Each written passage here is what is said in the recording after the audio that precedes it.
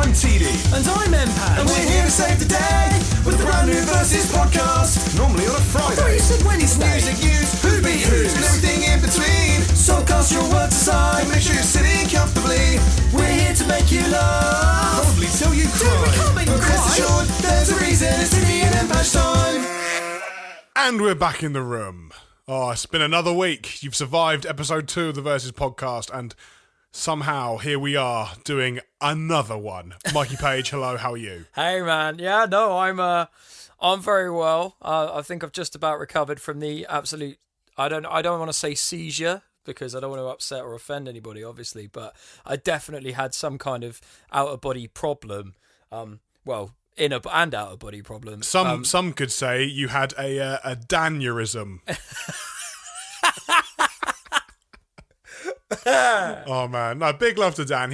He did take it like an absolute champ, Dude, didn't he? what an experience that was, man. I mean, I enjoyed that so much. Thanks, Dan, if you're listening, because it was amazing. Obviously, he did a great job. It was really sort of insightful, sort of being able to hear about his career and stuff. But equally, I haven't laughed like that for a long time. So I know. Yeah, I guess we'll see. He did a good job, and I never knew that he played the trumpet, and quite frankly, that's an image I'll never be able to remove that is scarred into my brain. It's definitely the first I'd heard of it, but it certainly won't be the last he hears of it. Let's put it that way. 100%, 100%. So, what's been going on with you this week then, dude? I mean, obviously we are still in lockdown, so lots of work on that. We've been working on some bits, city related stuff, which is nice. Hopefully have some bits and pieces to show people fairly soon, which will be cool. Obviously bits and pieces, working on some more covers and things with today's guest, or this episode's guest, which is cool. Been doing some bits with Nocky T, which is great.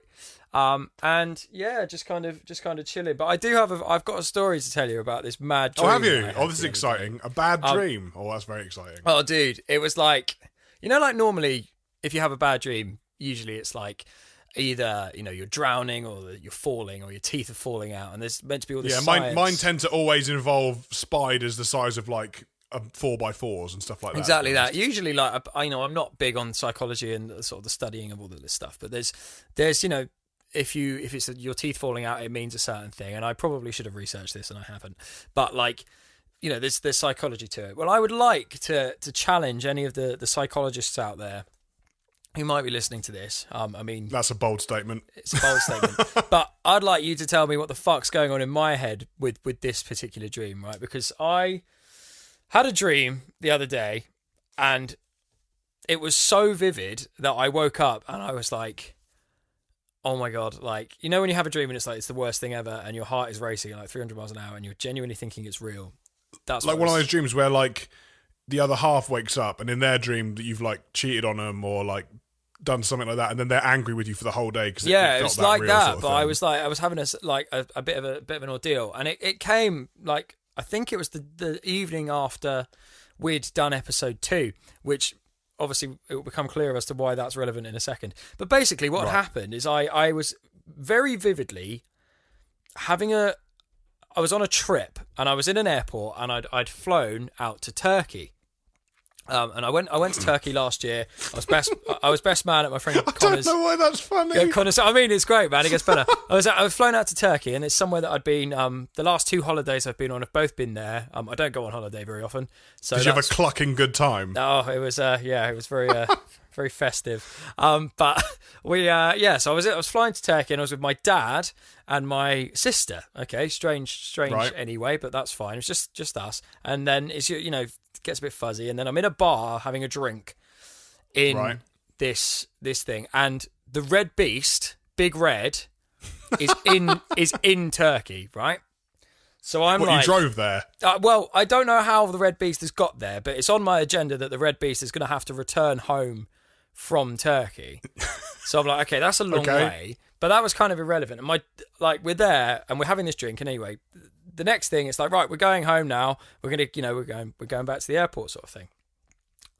And then all of a sudden, my dog appears in the dream, and I'm like, what the fuck is the dog doing here? Like, how are we gonna get the dog back like home. Like, what? How have you done that? And my sister's like, I just smuggled him in my bag. So the dog's there, and I'm like, oh fuck me, man, we've got to get the dog. And my dad's like, it's cool, man, I've got this, right? And you know those sleeping bags you get that sometimes, I know I've taken one on tour, but it's like really small. And like you can condense it really small, but obviously it's like a Oh yeah, no, I know the ones. Yeah, so it's like long and thin, right? He's like, I've got the perfect thing, right? And then I get this image of he'd stuffed my dog into the sleeping bag, but the head of my dog's head was sticking out the top, so it's just like a sleeping bag with my dog's head. And like, I shit you not, this all happened in my dream, right? And then I got outside, and my car was parked next to the Red Beast, and I started having an absolute meltdown about how I was going to get it home, because I looked it up on Google, and on Google it had said it was something like 25,000 miles. It's obviously not that far, but like, it said it was like a ridiculous journey. I was like, oh man, how am I going to get there? Then I'm going to have to come back and do it again. And I was like, having this like logistical spaz out. I rang my mum in my dream. I rang a woman I work with in my dream. How the fuck she was ever going to help me with like 2 vehicles? I don't know. But I rang the woman from work anyway. And then I woke up with like a legitimate bead on, like cold sweats, because I've like had this fucking dream where I legitimately thought it was like, I guess it must have been where we'd been talking about the stories with touring and things like that it was just like some kind of logistical fucking nightmare from that. But I was just like how the Red Beast and everything you own and love all magically appeared in Turkey, dude, man, and then you had to deal with it. Wow. I was so fucking convinced it was legit as well. So like, I'm really sorry if that has not been entertaining or intriguing to you at all, and I've just wasted 5 minutes of your life. I'm really sorry, but fuck me, man, if there are any psychology students or anybody out there that want to fill me in on what the fuck that might mean, that'd be sweet, because I thought that was a solid sort of like, if I had to pitch it, 6.8 out of 10, something like that, maybe. It was the fact that I thought it was so real. I think it might be one of those you had to be there moments, but when I woke up, I was just like, the feeling of relief that it of wasn't not being legit, in Turkey with Big and Red, I wasn't in Turkey, and my car wasn't in Turkey, and I didn't have to go out there to get it. I was just like, oh man, this is so sick. But I had, like when you wake up and it's like horrible and your heart is racing and stuff, I had all of that about logistics. Yeah, you wake up and you're like, oh my god, the nightmare is over, but is it over, or am I actually still experiencing it? Dude, it was not a lot of fun. It was I guess I'm a bit of a fuck up. I guess that's the the summary of that situation. Well, I didn't want to say, but I have thought that for a while now. Oh man, well, hey, that, and that you do sometimes sound a little bit like Keith Chegwin. Hey! Yeah, that's a bit of a thing, but amazing. But there you go. Yeah, well, that's pretty much all that's happened to me. What's been cracking in your world? Well, up until today, I'd been oblivious to what I'm guessing is probably called Nirvana Gate. Yes. I literally have no words. I'm gonna get myself some hate here.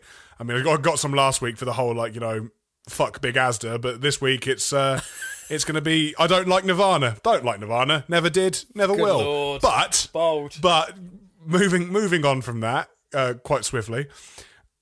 Apparently, neither does the Puddle of Mud dude, because what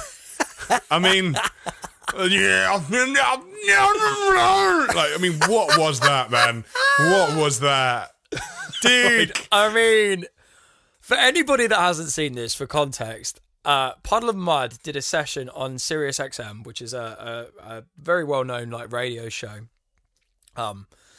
or radio station and stuff. And they went on and they did a cover of About a Girl by Nirvana, which is obviously a very famous song. Using the word cover very loosely. We'll use it loosely. But they did this cover of About a Girl. And if you haven't seen it, then, either pause this and go and check it out, or when you've finished here, go and check it out, because honestly, I can't remember what the channel is, but there's a channel online that do really funny videos where they take videos of bands performing, usually on the main stage at Glastonbury or something, mega like that, and then they overdub really bad really bad I versions. mean, honestly, of yeah, I the think I song. know what you're talking about. Yeah, Yeah, and it's that they're available. There's also, they've done like Kings of Leon and like Florence and the Machine, all big bands like that. But it's obviously a parody. It's a joke.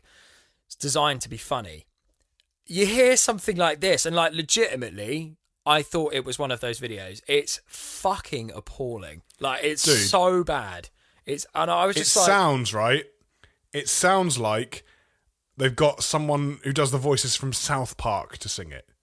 It sounds like they took our derbs, guys. Like literally.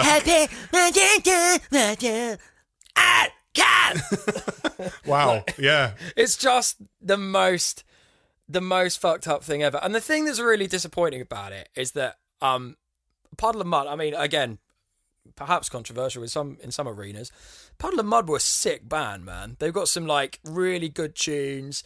Blur. Hang on a minute. Can you name more than 3? No.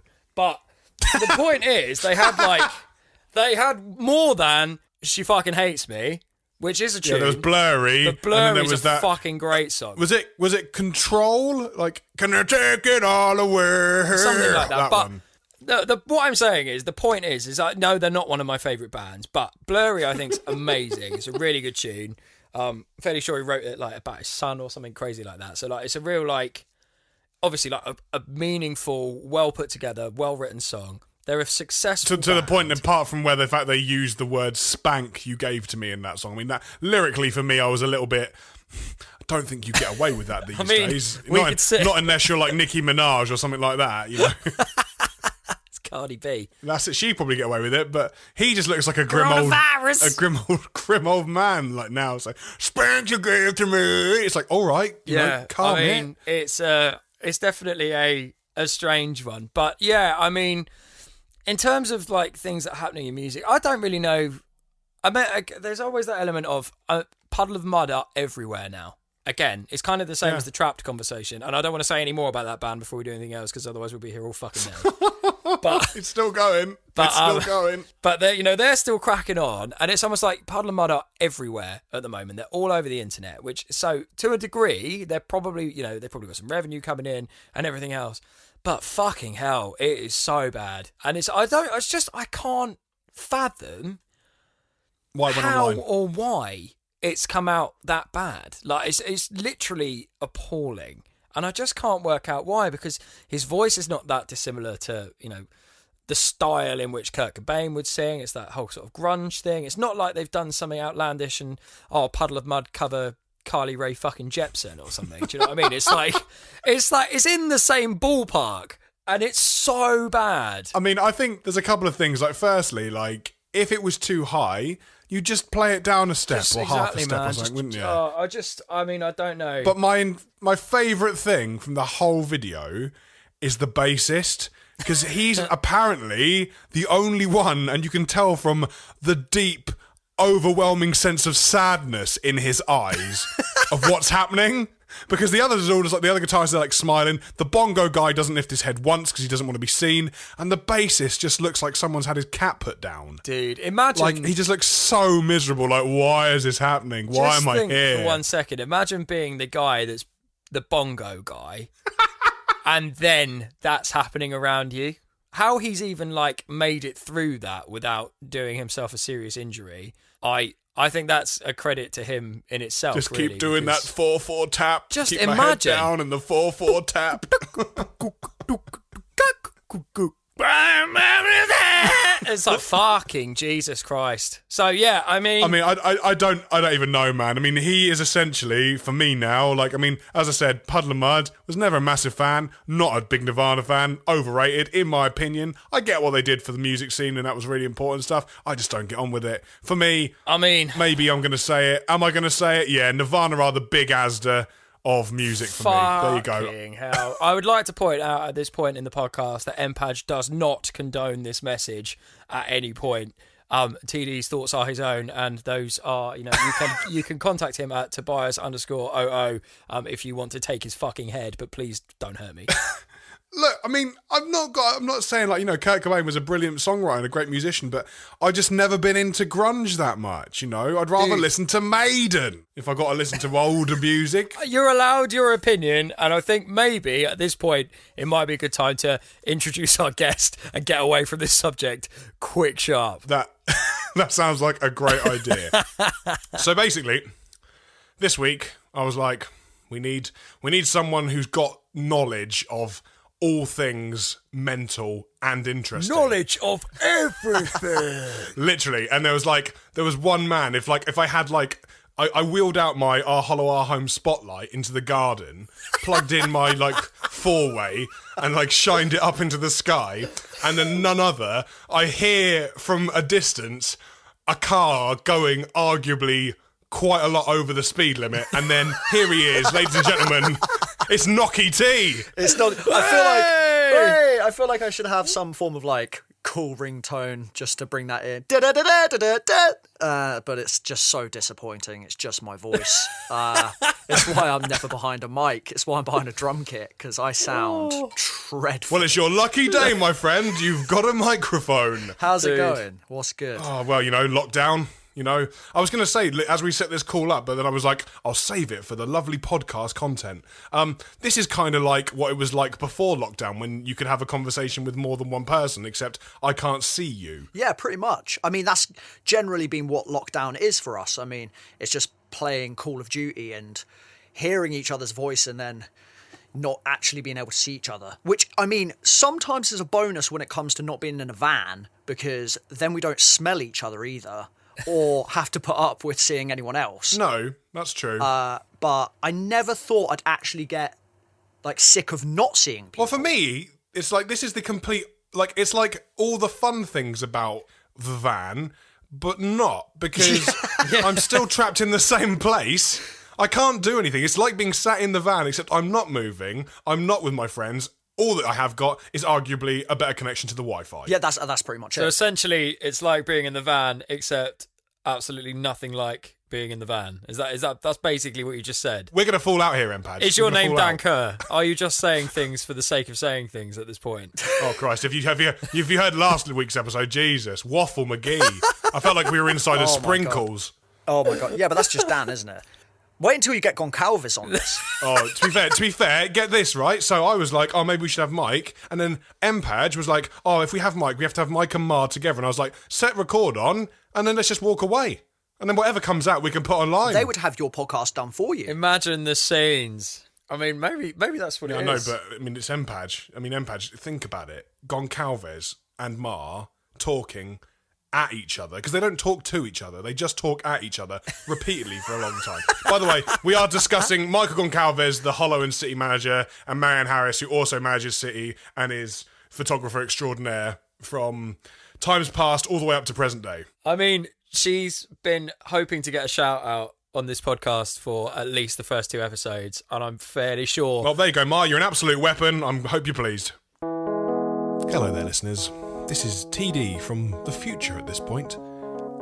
The statement I just made about Marianne Harris was a little bit mean, and I know that she does take these things very personally, and upon reflection, I would just like to state that Marianne Harris is not in fact a weapon, but an absolutely lovely lady who is very good at photography, videography, and event management. What a gal. Now back to the podcast. Well, you ticked it. I was going to say, you ticked it on the 3rd, so that's all good. I'm sure that didn't. I'm sure she wasn't hoping for it to go quite like this. So, well, sorry, Mar, but sometimes life does in fact. That's life. Sometimes life does in fact just bring you lemons. So anyway. So if we're opening the, let's go back. I'm dusting off the book now. I'm opening A Tale of Nocky T, a story of triumph, betrayal, honour, and driving cars quickly. Jeez. Let's start at the beginning. Nocky T. Nocky T. Nick Taliadoros, Hollow Our Home drummer. I've known you for a long time now. It wasn't always smooth sailing at the start, but let's go back. So you obviously play guitar, you play drums. How did it all start? Just before we go on to this, I'm very, very going to quickly scrub up why everyone calls me Nocky T. So because I've just realised. It's a valid I point. just realised absolutely 0 people on the podcast are going to sit there and be like, why is he calling him Nocky T? Like, In fairness, I wouldn't worry too much because I'm pretty sure we've only got about 12 listeners. Well- so I mean, there's only 12. Mate, it's only- that's a solid 2 above my vlog rate. So I mean, we're doing good here. But oh, I love the self burns. I love it. But yeah, so Nicky T is what I got called because everyone in our Hollow Our Home gets a nickname, hence TD and then MPAG. Yep. And then Yep. we always replace vowels in words. So like water became warte. I think that was an OG. I think that was an original right there. That's one of the first, yeah. And then it just got weirder and weirder. And then I'll come back to this, I'm sure, at some point to do with chakin, which is chicken. But my name then got replaced. Surely you mean chocken? Or chalkin. Jesus, get it started. I was wondering how long it would take for this to kick it. It's taken exactly 5 minutes for that to come in. But yeah, so either way, that's how I became Nocky T. Just a real roundup. But yeah, so where I started, I mean, how far back do you want to go? Like, Well, I say exactly what I said to Dan. Like, I don't want to know what your favourite Lego kit was as a kid. I'm going to go with the fact that... Okay, yeah, that's fair enough. When I was... where does this all start? I was 18, I think, when I decided that I couldn't do a full-time job. Like, I fully went for a full-time job interview and decided that I would rather yeet it off a cliff than sit there and, like, fill out invoice forms for someone else. And I was like, I'm a straight-up average drummer, so I've got a chance. And I was like, let's try this. Did the usual joinmyband.com thing. Decided that, you know, I was going to join a band. That it wasn't great. It was fun. We played a lot of shows. I learnt a lot. And then fast forward 5, 6 years, and I was in 2 bands at that rate. I was in a band called Gone By Tomorrow and another band which I founded called Forgotten Shores. Yep. Now, Forgotten Shores had a very famous bass player named Bobby Brooks and a lot of other close friends who had been from other bands previously. And where are we going to go? Actually, I'm trying to figure out where we can start with the story. So I'm in 2 bands at this point, right? And Yeah, because we played together, didn't we? This is when Hollow had our old bass player and our old drummer. We played Takedown. I can't remember what year this was. yeah, so like 2015 I joined Hollow, so I'm going to go with 2015. So like I think so. basically, I'd watched Hollow just for everyone else to hear that. I'd watched Hollow release like Rest Assured, and I was like, that song is like a banger. These guys are going to be like huge, like a massive band one day. And like I knew Tucky, the drummer, before from school, so I was like, yo, I'll come and tech for you, because I was a trash drummer. I was like, at least I can like drum tech really well. And I don't know, I just was always there, like always at the shows, and was trying to help as best as I could, and I was trying to work hard with my band, and like I lent him like a snare drum and stuff like this. And either way, so we played Takedown. Well, you guys played Takedown Festival at this point, and I'm like drum teching for like I was like tuning this snare drum on stage whilst he was playing. I mean, I will interject here and say, you know, the term played here, I would say, is used loosely, as it was an absolute car crash. Oh, you played a solid 1.5 songs, and like I think the sound engineer like tripped over the like mixing. Oh yeah, backing track came out. Backing tracks. Fuck me. I'm getting flashbacks to Exeter, man. Like, Mate, fuck me. Literally, It's yeah. like that, but worse. Think of every shit show you've had and then double it, like, and then put it into a blender. That's exactly what happened. And I was there, like, being forced to drink it, being forced to down it as literally well. forced. And I was there with some duct tape and a drum key, like trying to hold this drum kit together whilst. I mean, the snare basically fell apart, didn't it? Like the whole Like, the snare collapsed. skin like popped out. It was fuck. I've never seen a snare skin pop out, but it was because the hoop was warped. But yeah, so either way, I'm sat there talking to what was my bass player at the time's girlfriend at the time. She's no longer around, thank God. She's horrible. And we were sat there. Okay. Shots fired. I'm not gonna name and shame them, but like we were sat there talking, and I see TD come over, and I'm like, why is Toby coming over by himself? Like, this is a rare occasion. I think the most amount of words I got out of Toby was, "Oh, thanks, man," and that's when I like fixed his drummer's drum kit. Like, so I was like, why is this guy coming over? And bearing in mind, I've heard many a story about TD. Mate. So I was like, this guy. TD of old was like the grumpy old man who lived in the haunted house at the top of the hill that ate children and kicked pigs. Mate, we've got That is the exact. Literally, it was like, don't go near old man TD. He throws snakes at you. Like, it was like he'll shake his fist and be like, "Get away from here! Get out of here!" That was run while you can. It was, oh my god, it was mental. But yeah, so I mean, before you finish the story, we've got to come back to this in a minute because you've said this and I've got a similar story about TD. So, like, finish what you're going to say. I just want to say this now so I don't forget. But, like, because this whole TD walking towards you thing, I'm fairly sure has happened to everybody ever. I'm sure everybody's got their story about TD walking towards them. Finish your story. Yeah, I appear from the shadows. Oh my god, This is going to be a thing, man.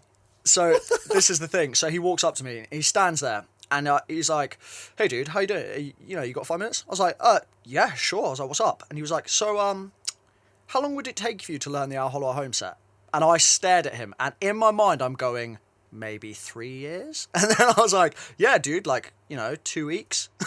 Like, I straight up was like, "Yeah, man, like 2 weeks? I can do that in 2 weeks." He was like, "Cool, man." He was like, "Cool. So do you reckon you could get in like a practice room and like get some?" I was like, "Why is like Tucky leaving?" I like proper naively was like, "So is Tucky leaving?" Like, he was like, yeah, it's a precaution if you can say that kind of thing. So either way, I mean, I will say that it was quite amusing because the whole time we're having this conversation, the ex-bassist, ex-girlfriend was just there like, "Oh, I wonder what they're talking about." And Nick's there like, "Well, I can't say I'm interested in front of her because it'll become gossip." So I'm like dumbing this thing down. I'm like, yeah, man, like, "Oh yeah, I reckon- could maybe dep or something for a show." I literally was like, it depends what you guys have got coming up, like, and how important what we've got. Like, I proper like upsold my band at that point. I was like, yeah, it depends. We've got like a lot going on at the moment, but it's because and like in Nicky T's brain, it's like, I would literally sell my entire family to do this. No, you got to imagine, like, the biggest band in your area has come up to you and be like, "Yo, so do you reckon you could drum our set?" You're not going to be like, "No." Are you? And at the same point, because you have people who are close to you, you're like, you can't exactly scream yes and tell your band to fuck off there and then. So I don't know. Can you swear on the podcast? I've just Yes, you realised. can. It's fine. Right. Okay. Cool. I mean, it's a bit fucking late now. I was gonna say I just dropped that bomb straight away, but oh my god. But yeah. So either way. Oh jeez. Just to round that story up. So TD comes to me. He says that, and then I leave it a few weeks. I'm like, I can't, just jump straight in. At that point, Tucky was my mate, and I left it. So I see Josh, I think it was at the Hobbit, like 2 weeks later, and I was like, "Yo, how's that drummer situation?" And he just looked at me and he went, "Bro, we can't be seen to be poaching you. You have to approach us." And he walked off, and I was like, Standard J-Dub. "What?" Like, bearing in mind I didn't know these people, so I was like, okay. So I messaged Toby. I'm pretty sure I messaged you, and I was like, "Yo, how's the drummer situation going?" And you said pretty much the same thing, but you were like, if you were down, we could do some form of like audition. So I was like, yeah, that sounds really cool. So I messaged Tucky and I was like, "Hey man, I'm going for an audition of Our Hollow." By the way, at this point, Tucky been kicked out, or left, or whatever happened. And so I messaged him. I was like, "Yo, I'm going for this audition with Our Hollow Home. Is this cool? Like, is there any beef here? Like, what's going on?" He was like, "Nah, man, no beef, but you'd be an idiot to do it." So I was like, well, okay, but I'm doing it anyway. So I was like, "Dude, like, we can go for a beer and chat about it." He was like, "Honestly, man, no beef." I was like, "Okay, sick. Yeah, cool. I'll go for it, man." I honestly think to this day he didn't think I'd get it. Like, I genuinely think to this day he didn't think it. But anyway, so I pick up TD in my little fucking red Fiat 500 twin air. And like, I'm like, "Oh, hey, how's it going, man?" I've like honestly never spent more than 2 minutes with this dude. Literally, you're in the car and you're like, "Oh, let's go to we'll go meet Tim in Southampton." I was like, "Okay, cool." Warp speed. Like, Literally, imagine getting in the car with Doc Brown from Back to the Future, except you've never even seen a car before, and then going through time, like time traveling. That is how it felt getting in that car. I was like, have I mistook this situation and ended up on Top Gear or something? Like, what is happening? So, dude, I literally was like, like, you might like cars, like, I got drive fast and all this sort of shit. I'm like, at this point, I'm like 12 years old as well. Like, this is 5 years ago? So I'm like 20, my God, maths, 21 at this point. Something like that, yeah. And literally, so either way, we turn up to this thing, and I'm like trying to upsell myself. I'm like, so yeah, what have you guys got in the pipeline? What? Like, I'm trying to like not make it out as in I'm like straight up, yes, this is yes, no matter what. Like, I love how you're underselling this, because my version of this story from my side is like the complete opposite of what you're describing. So it's like you're like, yeah, I'm trying to be really reserved, and I was not reserved. I literally was like, all. I was trying to, yeah, I was like, cool. So what you guys got in the pipeline? And I remember TD coming to me like a few years later and telling me like, this little bitch is like, this little punk ass kid is sat here like sizing us up. Like, who the fuck does he think he is? Like, and I'm like, yeah, bro, like, what have you got in the pipeline? Like, because, like, we're talking to PR, and like, PR might get us on like a Kerrang magazine. Like, I'm like, and Nick's like, and Nicky T's there like, yeah, well, I might be able to make time, like, I mean, my band's pretty busy, and I'm like, you jumped up, little prick, like, you coming to me, you drive me here in your red fucking Lego mobile at fucking Warp 9, and then you're like, to try and tell me you want to be in our band, but I've got to sell you my band first. God, I was just like, that was so funny. Jammy bastard.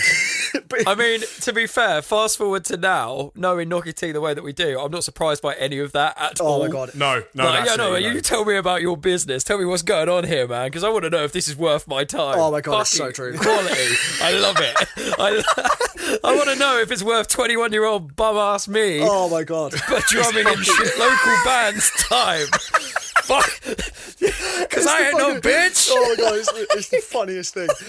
So anyway, so either way, I obviously got the freaking gig, and I turn up to the auditions, and I'm like drumming, and by this point they kicked out Tim because of some variable reasons, but which I'm sure TD, if you want to disclose that, that's up to you, but. No. Like red flashing lights. Move on quickly. So either way, we moved on. We got Matt Tubb in the band, and then for the next 6 months, it was hell. Like, I honestly wanted to leave like 5 times at least. Like, I was so broken. Like, every time I'd play, they'd stop in a verse, but they wouldn't even tell me. They'd just stop, and I'd look around, and TD would look at me and be like, "That was shit."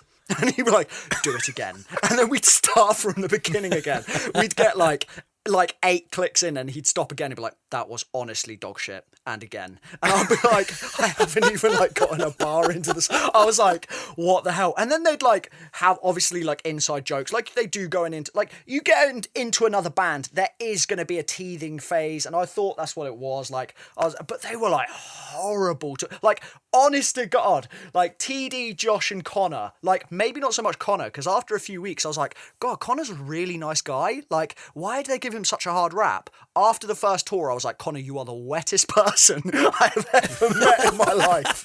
Like, you're so soft, but you're the nicest. Like, I love Connor so much. He's so nice. But either way, the first 6 months, I've got to say, shaped me as a drummer, and like proper put skin on my back. Like, well, literally, I remember, like, because it was you came in, and then literally, like, about 3 weeks into that, Matt came in, and it essentially became band practice 3 times a week, which was essentially you and Matt being let out for exercise at Guantanamo Bay. Yeah.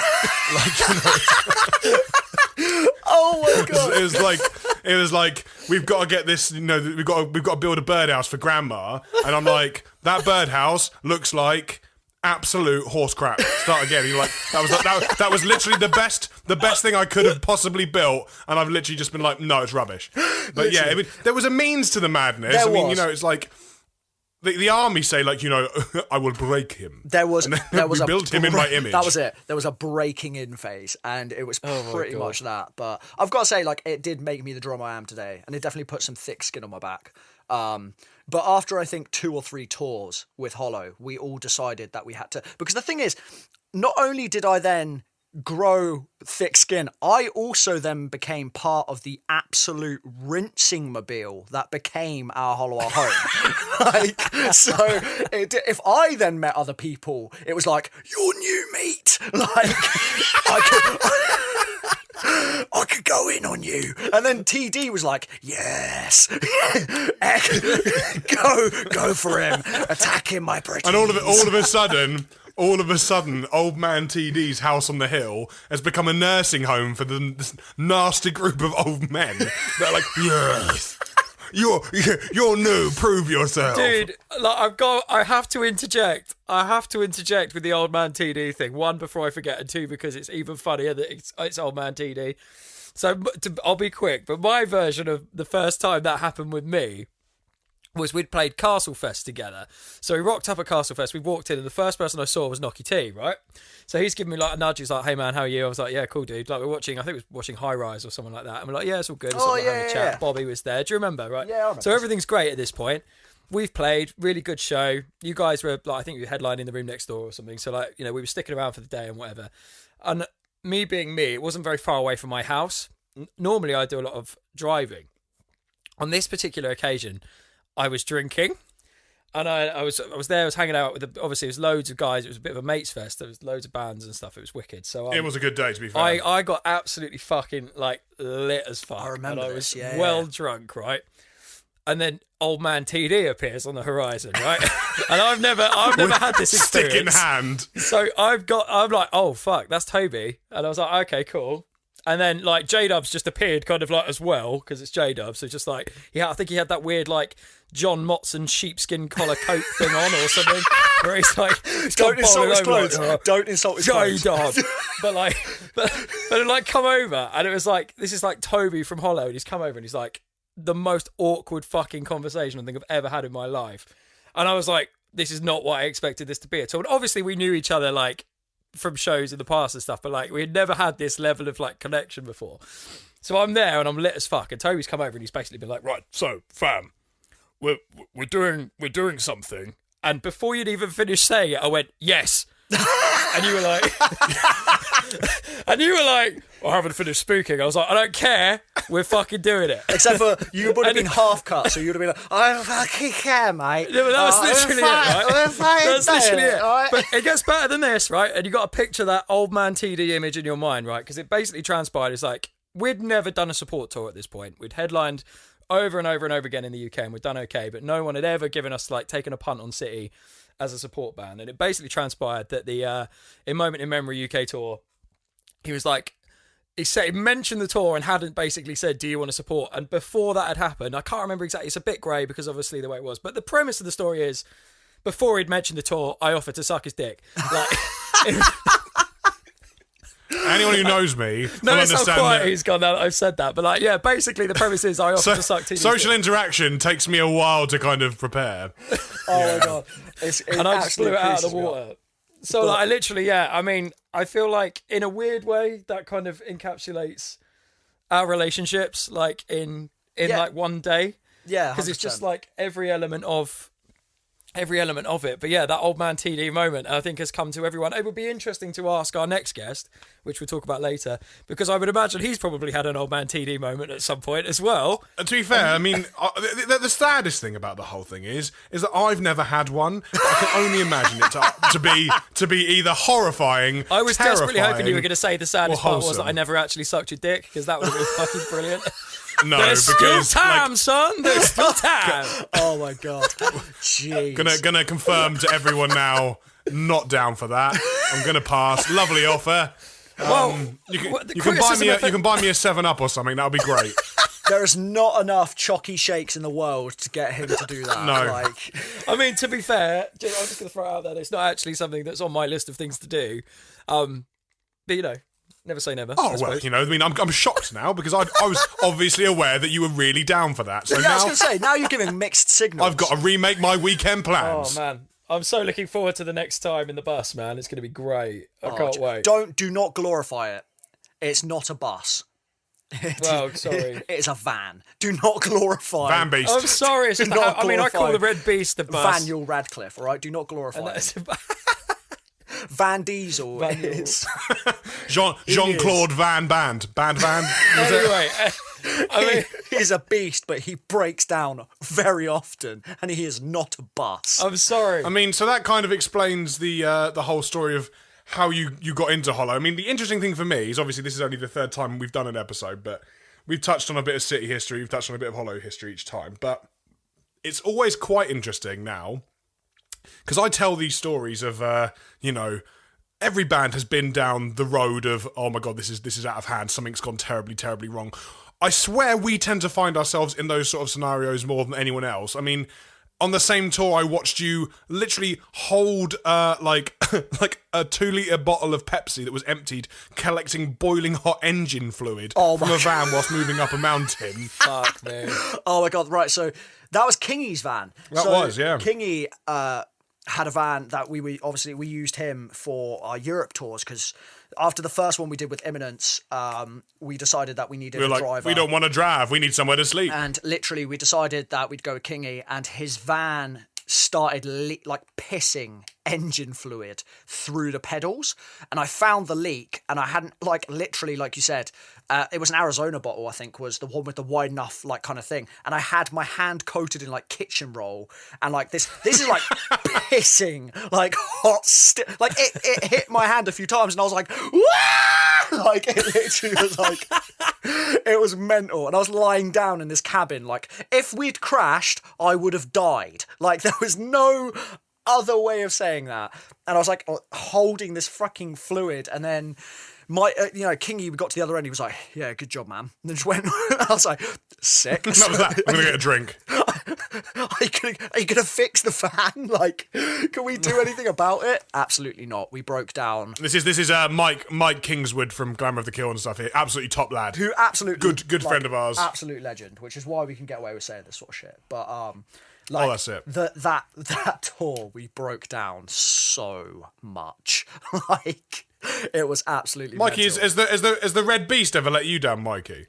So the irony is, in typical City fashion, I had a van similar to yours, which was relatively nice, and I went to buy it. And obviously, I was a young, naive guy at the time. I went to buy it, and I test drove it, and it was lovely. And I went away, and I was like, yeah, I'm going to come back. I'll pick it up on this day. And I got literally less than a mile away from his house, and the van broke down. So that was the start. Did you of go my- back to his house? No, I managed to get it all the way home first.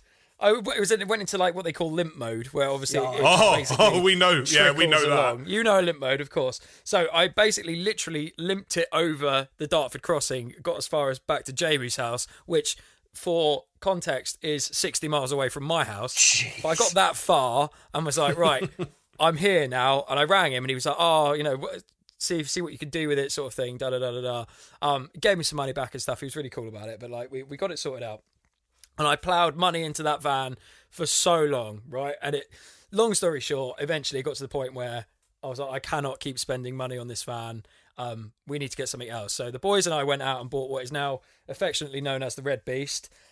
We bought basically a 15-seater school Just to bus. interject there, just quickly. So Go on. you're telling me you stopped pouring money into a broken van and then went and got something else?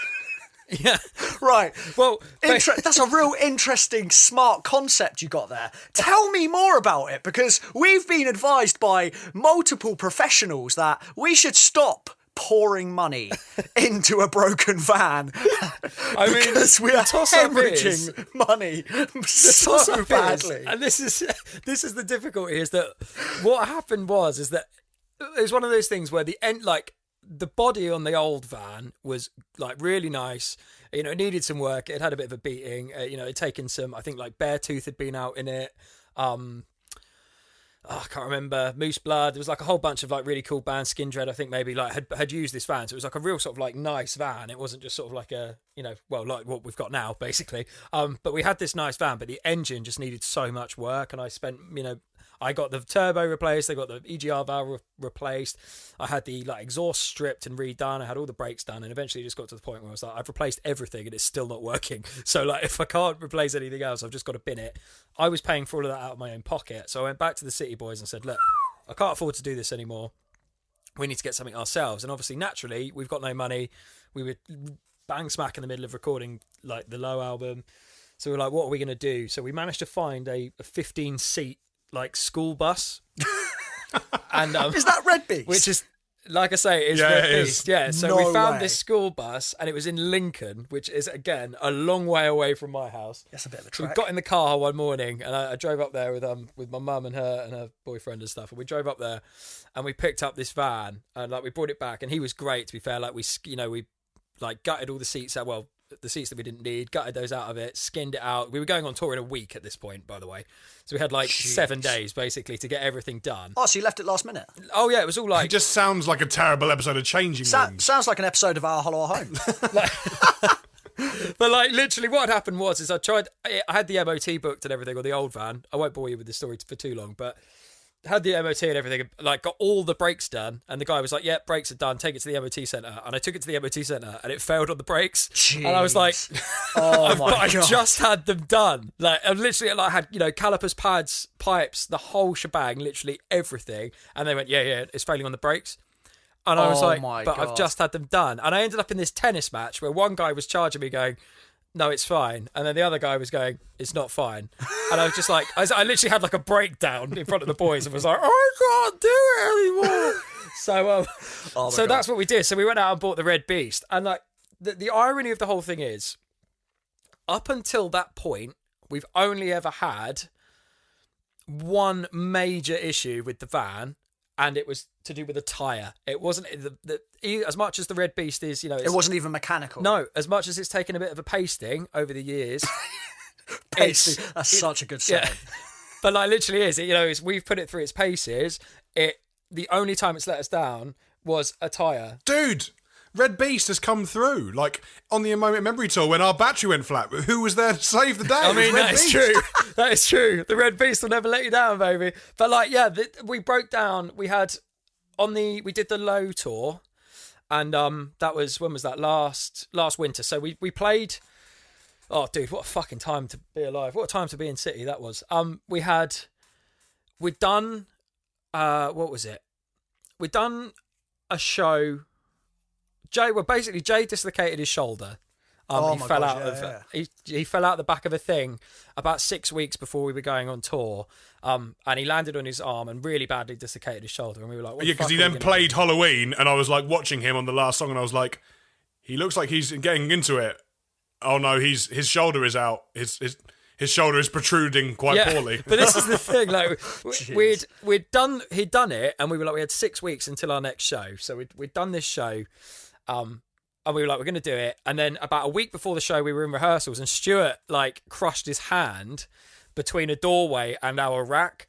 So it then transpired that Stuart couldn't play this show in Manchester that we had. It was a one-off festival. So Stu couldn't play the festival, so we had to do it without. And it was Jay's first show with like coming back from having his shoulder and everything else. And we were like, fuck me. Like, Jay's just dislocated his shoulder. Stuart's now like potentially broken his finger. We're meant to be going on tour in 2 weeks' time. We don't know what the fuck's going on. Jay plays the show. He's absolutely fine. So we're like, golden. He's okay. Stuart will be fine. Halloween was the first day of tour. This is going to be great. So obviously, fast forward 2 weeks, we play Halloween. I've come off at Halloween. We'd had some kind of issue with Sam's mic had gone wrong. There was some problem with Stuart's guitar, but the show itself was fucking dope. The kids all loved it. The crowd were amazing. It was insane, We'd had a yeah. great time. Obviously, we were hanging out with you boys all day, so that was sick. We'd had a really, really great day. I've come off stage. I'm none the wiser. I'm like, everything's great. And someone's come up and gone, have you seen Jay? And I was like, no, where is he? He's like, oh, like, you need to see him. And I came over and I was like, are you all right? And he's like, his arm was like by his knee. And I was like, Right, so dude. this is a kind of a good interjection here as to bringing back the absolute pasting, as Mikey calls it, that I got at the beginning of the band. When TD did this and fell into my drum kit because of his knee, God. I kept playing because my mind was, if I stop playing, I will be kicked out. So I shit you not, I kept playing and I watched TD hit my thing and I'm like picking up my cymbal whilst playing that TD's just rolled into. Everyone kind of stops. I do a drum fill to finish it off just to be like, cool, I cleanly finished this. They have no excuse to be like, Nicky T, why did you stop? Yeah. Oh, Christ. So yeah, it's painful. It's very painful. It's a mental time. So like, I've come off and I'm like, you need to go to hospital like now. And he was like, and basically we carted him off to hospital, and I was like, oh fuck me, like as if it hasn't been bad enough. I mean, I could talk to you about this period of time forever, so I'll try and condense it down. But it's like, obviously, it got to the point where the next morning, Jay's fucked. Clearly, he's gone to hospital in Southampton somewhere. Arrived back at Halloween before your set, where we were like, what the fuck? And basically, he was just in and out. They sorted him out, and he was okay. So it wasn't as bad as the first time.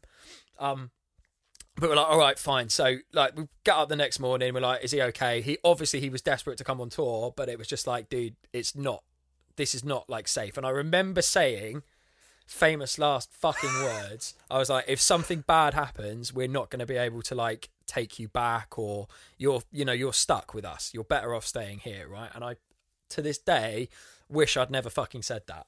Because we got out. I got up, basically I had to sit in my front room with him and track the bass because we didn't have it. So I had to track the bass for the entire set. So that was the first thing. We drove to Bristol. We got to Bristol and I remember being stood outside. It was near a uni apartment and we were stood with the Uncharted outside there and someone threw a pumpkin at the Red Beast. Because it was October, so that was day one. Right? This is day two, right? So there's a pumpkin. Like we're just stood there. I think I was in my pants because I was getting changed in the street, and this pumpkin's just like, boom, on like the roof of the van. I'm like fucking shit ourselves, thinking we were gonna get like it was just a pumpkin. Anyway, that's happened. We've gone to Exeter the next day, right? Played the show in Exeter, and it's at the we were at the Cavern, so like parking there is a real pain in the arse, and it's a nightmare. It's a difficult place to park, right? So we were like, we'll park around the corner, and then we managed to bring it up outside, and we left it there. Brilliant, everything's fine. Come outside, flat tire, and I'm like, oh fuck, this is bad. So like, to be fair to Sam, he's really good in situations like this, and he like picked the phone up, got him, got the RAC, AA, whatever. Come out, the guy's there, chatting away to him, sorts the tyre out. He's like, yeah, no problems, checked it all out, it's fine. Everything's great. So we were like, awesome. Drove like 150 miles back to Louis' house or something silly like that. Stay at Louis', small house that you guys have seen. And then oh my God, we'll talk about that another day. But stay at the house, and then we get up the next morning. We've driven there and everything else is fine. Get in the van, everything's great. Check the tyre, all is well. Get in the van, drive to Birmingham, all is fab. Load in, everyone's loaded in. Sound check, move the van, literally round the corner. You could see it from one point to the other. We're talking 40 yards, if that. Like, it was really, literally round the corner, just into a bay, right? Come outside, flat tyre. This is after the show. We're like, for fuck's sake, like what the fuck is going on? Is it the same tyre? Same tyre, yeah, same one. Oh, lovely. But we've done, like, by this point, we've done like 300 miles on this tyre, right? So Red Beast is absolutely fine. There's no issues, but tyre is flat again. And we're like, for fuck's sake, right? So they send someone out to us. We're all sat in the street. It's freezing fucking cold. It's like end of October at this point. So it's really cold.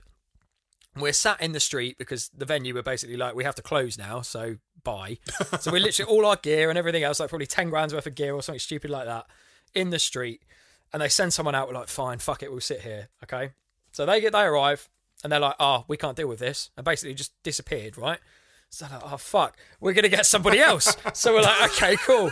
So they send someone else out, right? And he rings us 4 times going, oh, I can't find you. And we're like, but I've given you the thing. And then on the 4th time, he just went, I can't find you, so I'm going. Bye. What? And we were like, what? We're like, but we're paying for this cover, right? So then after that, we're like, we ring someone else. I think Ma was with us, and she, if it was like the RAC or whatever, I don't know. I'm not trying to badmouth anybody, but like, if it was them, it was like we'd phone the other people. So I think it was the AA. We ring the AA, and they're like, yeah. We could send somebody out to you, but this is like, bear in mind, this is like 2 a.m., 2:30 or something. So like, we could send someone out to you, but they're not going to be with you until 7:30 a.m. And we were like, oh, fuck me, are you serious? Jeez. So then at this point, Ian, our TM, wasn't there. And I'm like, oh, what the fuck am I going to do? It's all everyone's getting antsy in the van. And I was like, well, look, I'll stay in the van. That we were literally next to a Holiday Inn. So I was like, I'm going to ring up and get a room at the Holiday Inn, and you guys can just go and sleep, and I'll sleep in the van. And I think it was like 2 of us were going to stay behind. So I ring up, I get these rooms in this Holiday Inn, right? Honestly, this story, I promise you this is all true. I ring the Holiday Inn. I'm like, I want 3 rooms. They were like bent me the fuck over, and basically it was like, I can't remember, something stupid like 350 quid or something. I was just like, oh, for fuck's sake. Jeez. So I get these rooms. I'm like, fine, I've got these rooms. I'm then like, right, you guys need to go and get, bear in mind, I'm trying to be all calm, collected. I was like, guys, I've got you these rooms. It's literally there. You just need to go around the corner. And the guys were like, it's cool, man. I'm going to stay here. I'm going to stay in the van. At which point I was like, no, you're not. You're going out now. So like they all like sheepishly, they were like, okay, fine. I was like, I fucking booked these rooms. You're fucking using them, blah, blah, blah, blah, blah. They go around the corner. I'm sat there thinking, right, this is fine. And like 5 minutes later, they start coming back. And I was like, what the fuck is going on now? Like, my band are walking back towards my van. It's now 3 a.m. I've just told them to go to the hotel, right? And this is the fucking, like, the crux of the whole thing. They arrive at the Holiday Inn, and normally when you go to a hotel, you're not allowed to check in until like 2 o'clock in the afternoon so that they can clean the rooms and everything else. Because it was the morning of the day. Oh my God. Because it was 3 a.m. No. They were like, you can't check in until 2 p.m. I was like, it's now! It's now! It's fucking now! So like, literally, I was like, at this point, I'm seeing red. I fucking bolted around the corner, and the guy was like, there's like security guy on the door. He's like, you're not coming in. I was like, literally like shoved him out of the way. I went to the front desk and was just like, what the fuck is going on? Because they'd like charged me for the rooms as well. Oh my God. So I spent like another 2 hours getting all the money back, and then got woken up. We'd all sort of like basically resided to the fact that we were gonna sit there, and that was gonna be it. So we sat there until 7 a.m. Obviously slept in the van, and then someone woke us up, put some air in the tyre basically so that we could go and get a new one from around the corner, and it was fine. And touch wood, that is the only thing that's ever gone wrong with Red Beast. Jeez. But it was fucking horrible. In fairness, that is probably the most long-winded story I've ever received to a casual throwout of, we're talking about Nick. Oh, Mikey, have you ever broken down? And then we literally got Chronicles 1 through 7 of the Red Beast's history. I'm sorry, man. You I'm not gonna lie. asked. I'm looking at these waveforms, right? And it's gone 10 minutes of me being dead silent. But I really enjoyed it. I've got to say, my favourite memory of Red Beast though is driving through Scotland in the Sprinter, and you guys in Red Beast, and we were just cat and mousing the whole way through the really nice Scottish life. And like the scenery's great. There was great like driving music. Then obviously the boys are in the back, and they're like, "Hang on a minute, City have passed us 1 or 2 times. Boys, pass me that bread." And then... Oh, don't. Dude, I've got this amazing the image bread. in my head of like me and you. I think we were driving, and there's me and you going backwards and mate, forwards. so and then good. like you can't really see. I can't remember. J-Dub might have been sat up front or something. So you can see, like, or might have been Goncalves. And you can see this go backwards and forwards. And then I've just got this amazing image. I just remember the window being thrown open, Bobby sticking his head out, throwing a sausage roll or something, and then just shutting the window. And that was literally it. And just this fucking It became this absolute firefight of food. That was so fair- funny, like man. most of it was like out of date stuff that was just in a van from like the actual tour. And like then when it started getting onto fruits, Goncalves was like, "No, we better stop just in case the police see this." That's the best, dude. Mate, I mean, we could talk about Red Beast all day. Well, let's get back to Nocky T. I think that's the important part. Well, yeah, I mean, sorry, I can't wait for none of that to make the edit. Well, it'll all make the edit because I'm not cutting it out. So, what was I going to say? Obviously, Nicky T, we found ourselves in a few predicaments on tour and at home. Some of my favourite Nocky T memories have been like the day before tour and like all the little chores that we end up having to do. Oh my God! But my favourite Nocky T memory is the drive home from Sweden. I've got one word for you, fam. Meese. Moose. Oh. Oh my God. Right, so driving back from Sweden, there was 1,532 miles to be exact. And the plan was to play the show, pack into the van, get as much headway as possible. I think it was like get to sleep, and then, or like, I think I was meant to keep us going until the bridge out of Sweden that takes us into, I think, I want to say my geography is correct. It would take us into Denmark, or was it Norway? It's something like that, yeah. It was somewhere in that direction that was between here and home, or whatever. And there was a bridge there that takes us to Germany. There was a boat that takes us to Germany, and that was my chance to swap over with Josh. Then Josh was to take us halfway through Germany, and then I was to take us from Germany home. Now, this trip was meant to take us like 2.5, 3 days, wasn't it? There was no way around it. Yeah, flat out. We did it in 18 hours. Fucking hell. Literally 18 hours. No, wait, that was that was when I drove Slovakia home by myself. No, Sweden. Yes, that was another drive, There Nicky was. T. Yeah, Sweden was a good like 36 hours. On the way out was 36. The way back, I know we hit it like 24, 25. It was around the 1 day mark, because on the way back from the show, I think we left at 12:30. Yeah. And I crashed out. Like, I literally was like, I'm going to die and kill the rest of us with us, so I need to go to sleep. So I stopped at like 5. Josh was like, dude, that was a good stint. Like, I'll get up in the morning and I'll take the next bit. And I was like, yeah, okay, cool. I set my alarm for 8 o'clock. See, I remember this because I remember waking up at, literally, you must have stopped, slept for about 1 hour, 15 minutes, and I sort of just woke up and looked. And I could see a cafe that was made out of an old aeroplane. I was like, we are in strange times here.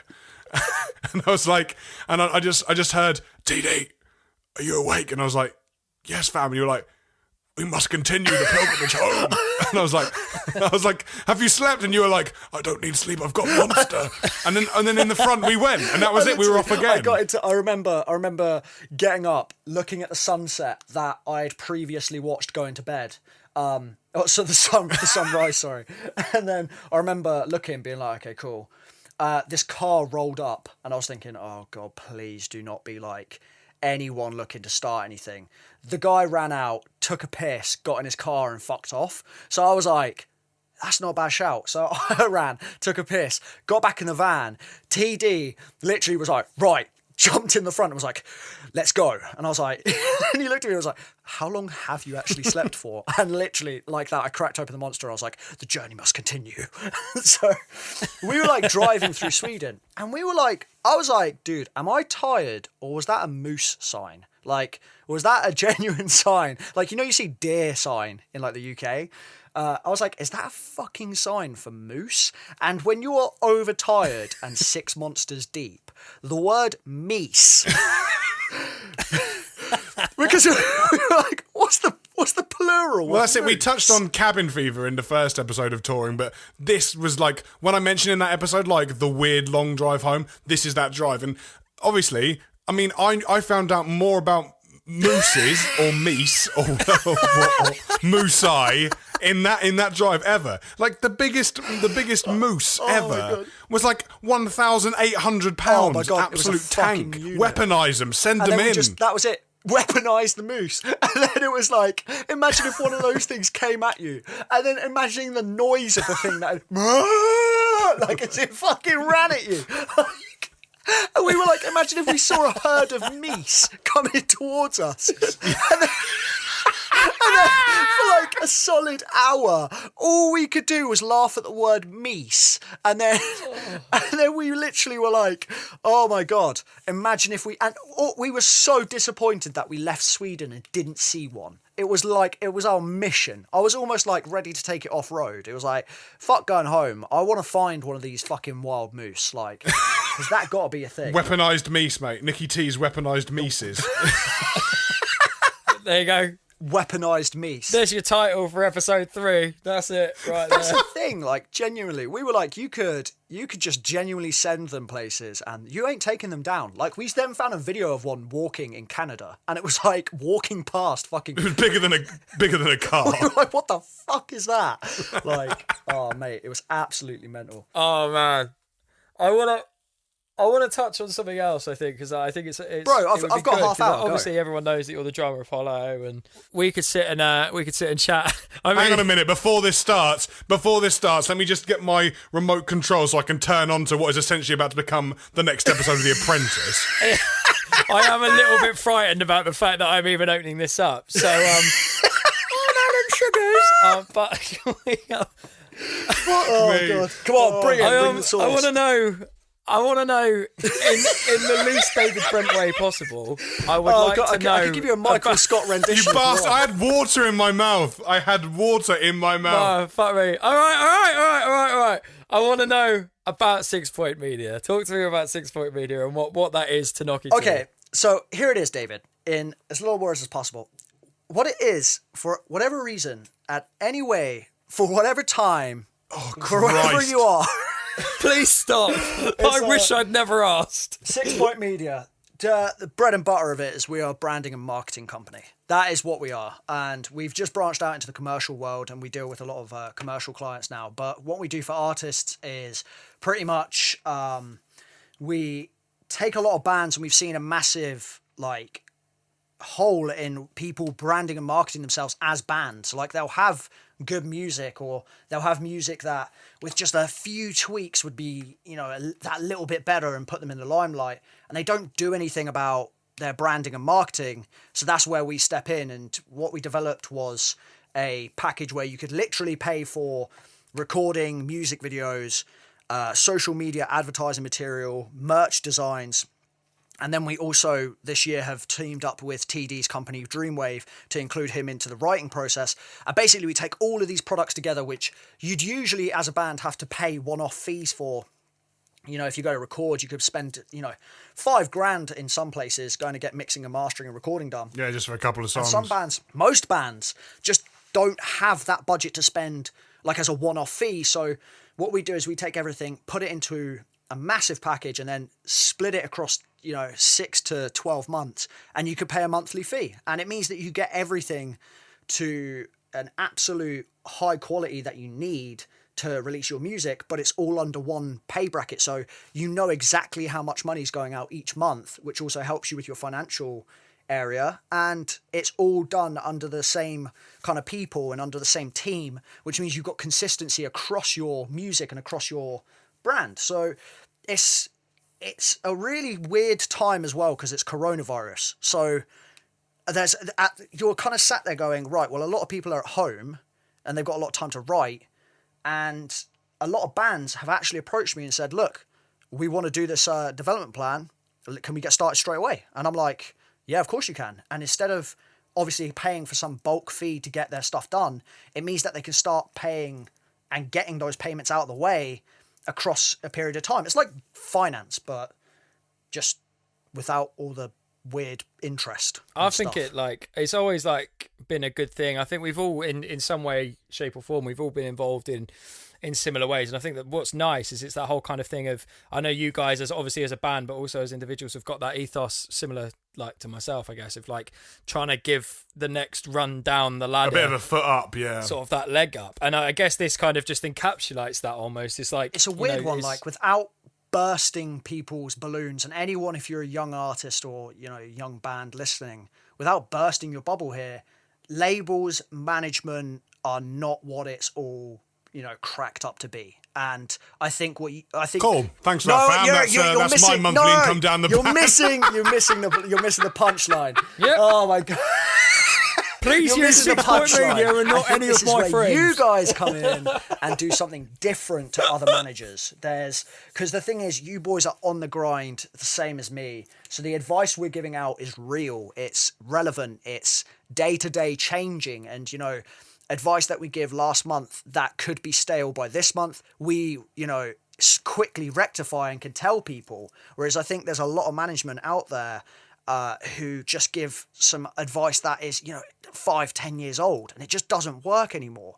And you know what? I'm gonna give you a 6.9 out of 10 for digging yourself out of that hole. Fair effort. It's a good effort. I think I think you've just got a lot that you can do as a band, but the thing is, a lot of bands try to take everything on themselves, and it's like, have you ever seen those drawings where it's like someone trying to draw Bugs Bunny, and it's not quite Bugs Bunny, and it's still a Bugs Bunny, but it's not quite Bugs Bunny, and that's My name's Bugs Bunny. Kill it before it lays eggs. Don't let it breed.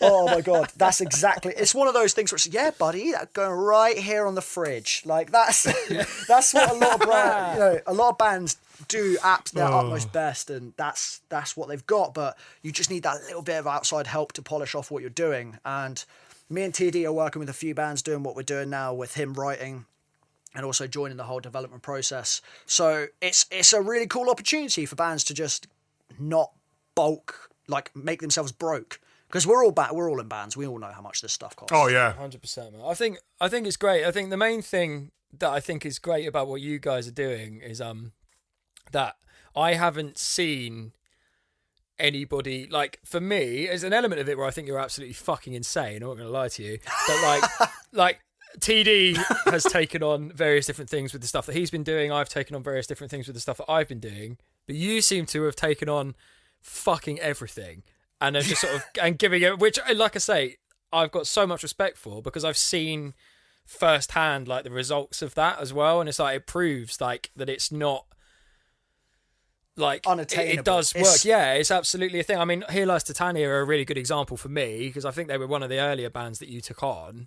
And yeah, they've just, in the first sort of 12 months of them sort of working with you or whatever, the progress that they've made is, I've got to say though, it's great. definitely a mindset. Like I've worked with quite a few bands now in the last year and a half, roughly, since we started doing the development plan, and a lot of bands do extremely well, and some bands don't run with it, and it comes down to a culture of work ethic. Like, Here Lies Titania would not be where they are if there wasn't Josh Mead. Like, their vocalist, Josh, is a powerhouse. Like, I can give him all the tools, and then he goes and he really executes well with it. So he really listens and takes on board everything. And then obviously, like, I mean, you know that firsthand, because the other guys can just get in the ditch. Just get in the ditch. yeah, don't honestly, need them. pretty much. Bar Talvin. Talvin's really good. The other two can go away. Like, Sorry, other guys. but no, You've just been knocky teed.